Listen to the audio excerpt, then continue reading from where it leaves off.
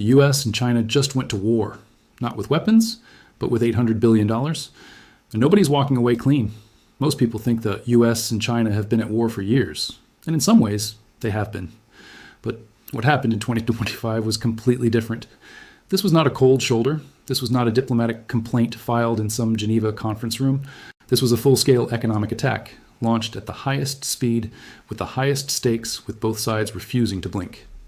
And the number that defines it all, the number every financial analyst, every investor, every economist kept coming back to, was $800 billion. Here's what that number means. In 2025, the United States ran a goods trade deficit exceeding $800 billion. That means America was buying $800 billion more in stuff from the rest of the world than it was selling back. Goods, electronics, machinery, clothing, chemicals, all pouring in and far less flowing out. For years, politicians argued about this number. But when Donald Trump came back to the White House in January 2025, he did not argue about it. He decided to end it, by force, if necessary. If this is your first time here, subscribe to Finance Explained. Now, to understand why China became the center of this fight, you have to understand the history. The US and China have had a complicated trade relationship for decades. China makes things cheaply. America buys them. For a long time, American companies loved this because their profit margins were incredible. They could manufacture a product in China for a fraction of what it would cost in Ohio, and then sell it in American stores at full price. Wall Street was happy. CEOs were happy. But the American worker? Not so much. Factory towns across the Midwest slowly hollowed out. Jobs went overseas, communities collapsed. And the anger built up quietly for 20 years, until it could not be contained anymore. Trump had already started a trade war with China during his first term, but his second term was different. This time, there was no hesitation, no political caution, just an aggressive, calculated strategy to hit China where it hurts, in the supply chain, in the bank account, in the global reputation. And it started within the very first weeks of his second term. On February 4th, 2025, the Trump administration slapped a 10% tariff on all Chinese imports. That was just the opening move. Less than a month later, on March 4th, they doubled it, another 10% on top of the first. Now China was looking at a 20% tax on everything it sent to the United States. Now at this point, Beijing was watching, calculating.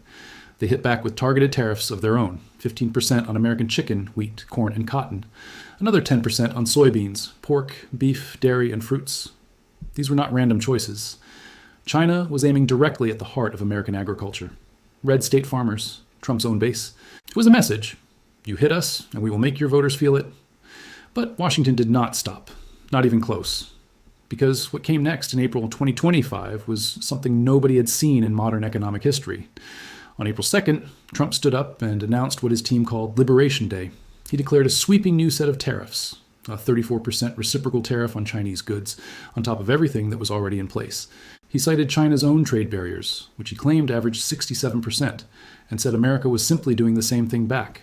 The total effective tariff rate on Chinese imports jumped overnight to 54%, just like that, in one speech. China's response came in 48 hours. They announced a 34% tariff on all U.S. goods effective April 10th. And right alongside that announcement, they made another move, one that was arguably more dangerous than any tariff. They imposed restrictions on the export of rare earth minerals.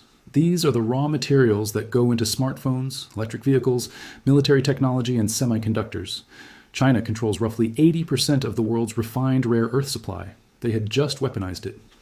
What happened in the days that followed was, by any measure, one of the most dramatic economic escalations in modern history. And the numbers that came out of those 2 weeks in April changed the conversation about global trade forever.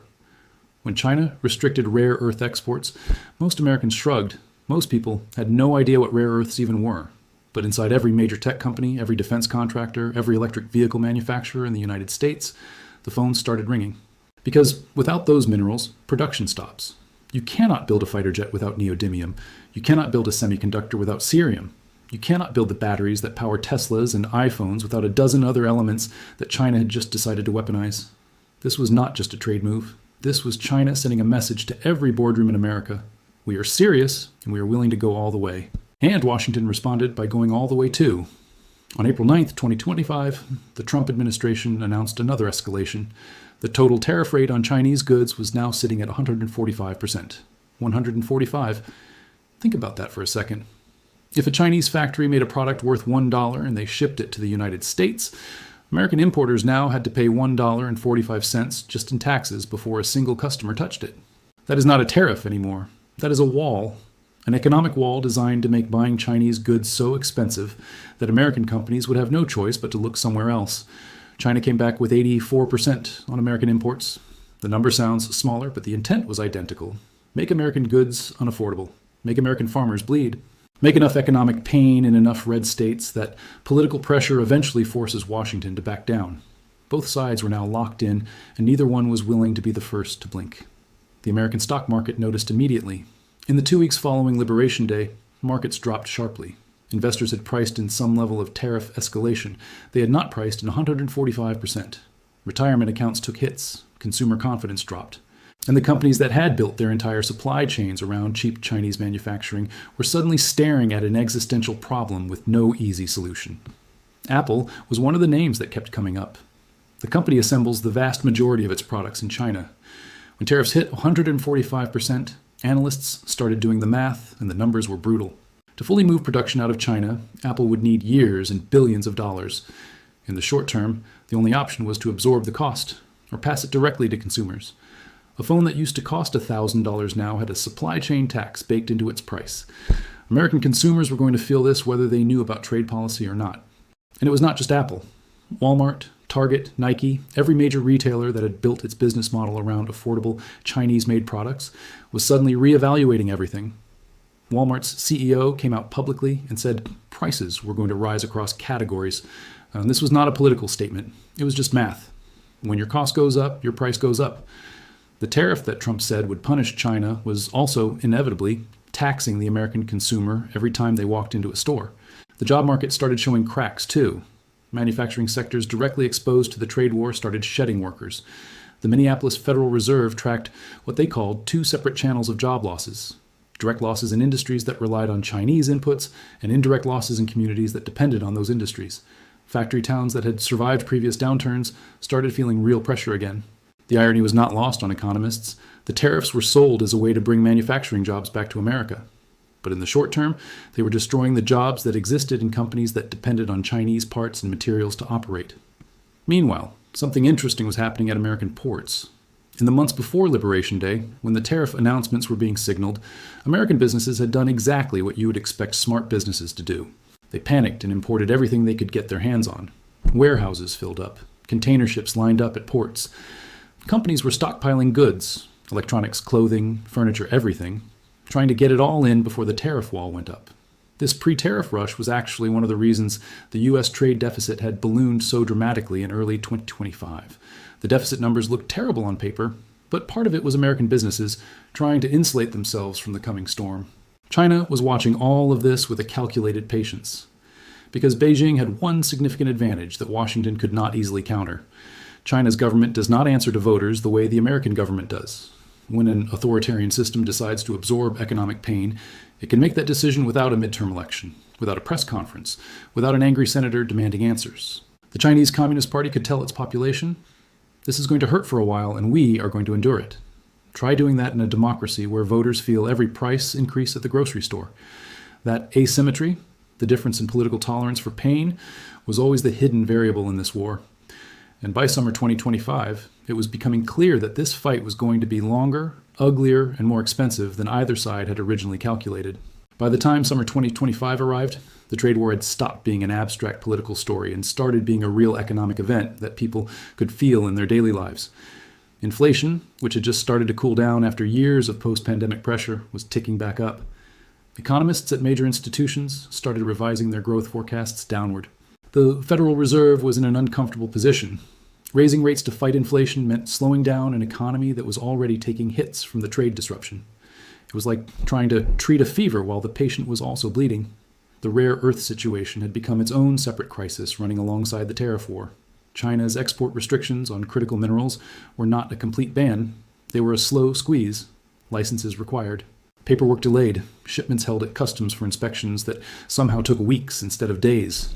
American manufacturers could not point to one single dramatic moment and say, China cut us off. Instead, it was a slow suffocation. Supplies getting tighter, prices getting higher, production timelines getting longer. The Pentagon started making public statements about supply chain vulnerabilities that would normally never be discussed openly. When the U.S. military starts talking about mineral shortages in press briefings, you know the situation has gotten serious. Europe was watching all of this with deep anxiety. The European Union had its own complicated trade relationship with China, roughly $800 billion in annual trade between them. Brussels did not want to get pulled into the American conflict, but the economic pressure was making neutrality increasingly difficult. Some European manufacturers were actually benefiting in the short term. If American companies could not buy from China, they might buy from Germany or France or Italy instead.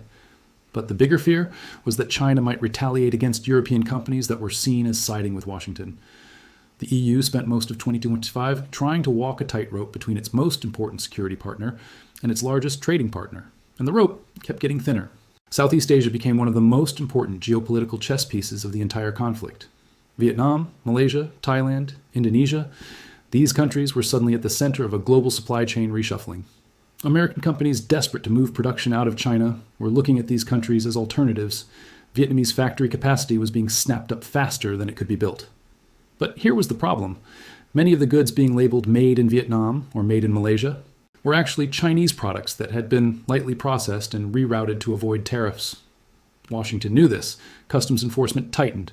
The rules around country of origin became a legal battlefield all by themselves. China, for its part, was executing a strategy that had been years in development. Beijing had anticipated that economic confrontation with the US was eventually coming. Maybe not this fast, maybe not this aggressive, but coming. So they had spent the previous decade doing something very deliberate. They had been building alternative trade relationships, deepening ties with the Middle East, Africa, Latin America, and especially Russia. The Belt and Road Initiative, which Western analysts had often dismissed as an overpriced vanity project, was suddenly looking like strategic infrastructure. China had built roads, ports, and power plants in dozens of countries, and those countries now had economic relationships with Beijing that had nothing to do with the United States. The BRICS bloc, Brazil, Russia, India, China, South Africa, and the newer members that had joined in recent years, started meeting more frequently. There was serious discussion about reducing dependence on the US dollar for international trade settlements. It was not happening overnight, and most serious economists were careful not to overstate the timeline. The dollar was not going to lose its reserve currency status in a year or even a decade, but the direction of travel was clear. Countries that had always accepted the dollar as the neutral, universal language of global commerce were starting to ask whether there was another way. Inside the United States, the political pressure was building from unexpected directions. It was not just Democrats pushing back on the tariffs. Some of the loudest voices against the escalation were coming from Republican senators whose states were being hammered by Chinese retaliatory tariffs on agricultural products.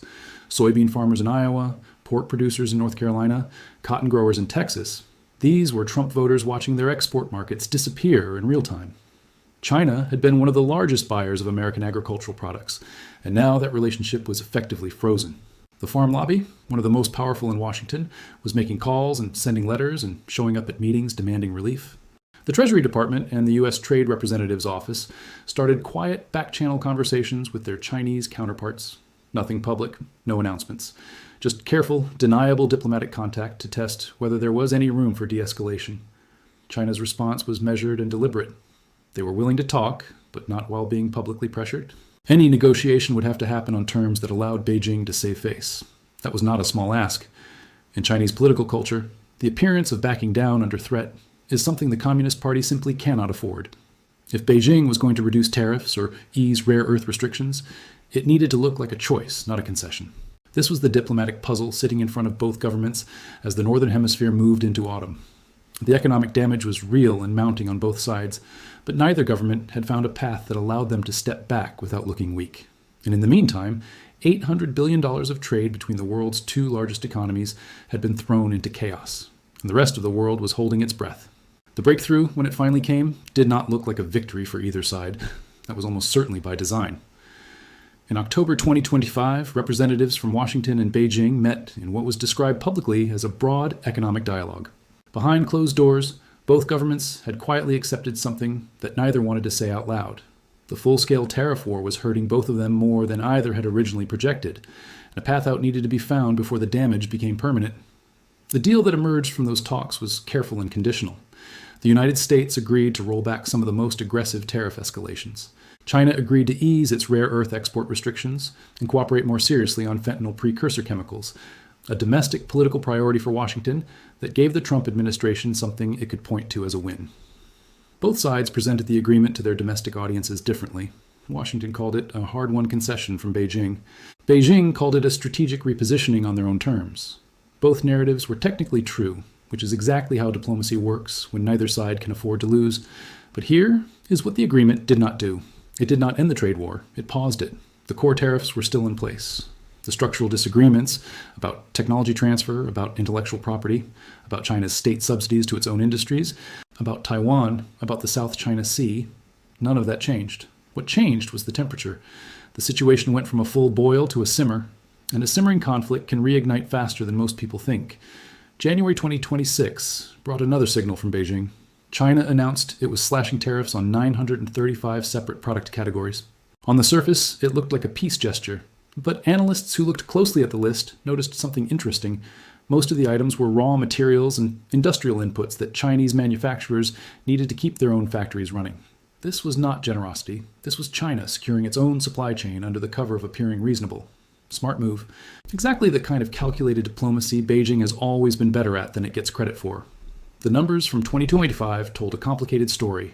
The U.S.-China goods trade deficit actually dropped 32% over the course of the year, falling to around $202 billion compared to $295 billion in 2024.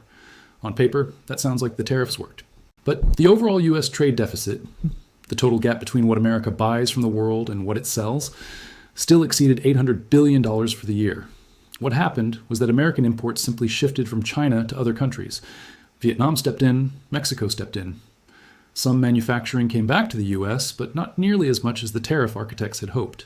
The deficit shrank with China, but the broader imbalance remained stubbornly large. This is the fundamental tension at the heart of this entire story that most people miss. The trade war was framed as America fixing a broken relationship with China. But the trade deficit is not just about China. It reflects something deeper about the American economy. The gap between what Americans produce and what Americans consume. You cannot close that gap with tariffs alone. You close it by building more, manufacturing more, exporting more. And that takes years of investment, infrastructure, and workforce development. A tariff is a tax. It changes prices. It does not automatically build factories. As we move through 2026, the relationship between the U.S. and China sits in an uneasy, fragile equilibrium. Trade is still flowing, but at lower volumes and with far more friction than before. Supply chains that took decades to build have been partially dismantled and have not been fully rebuilt anywhere else yet. American consumers are paying more for a range of products. Chinese exporters have lost a significant portion of their largest market and are scrambling to replace it.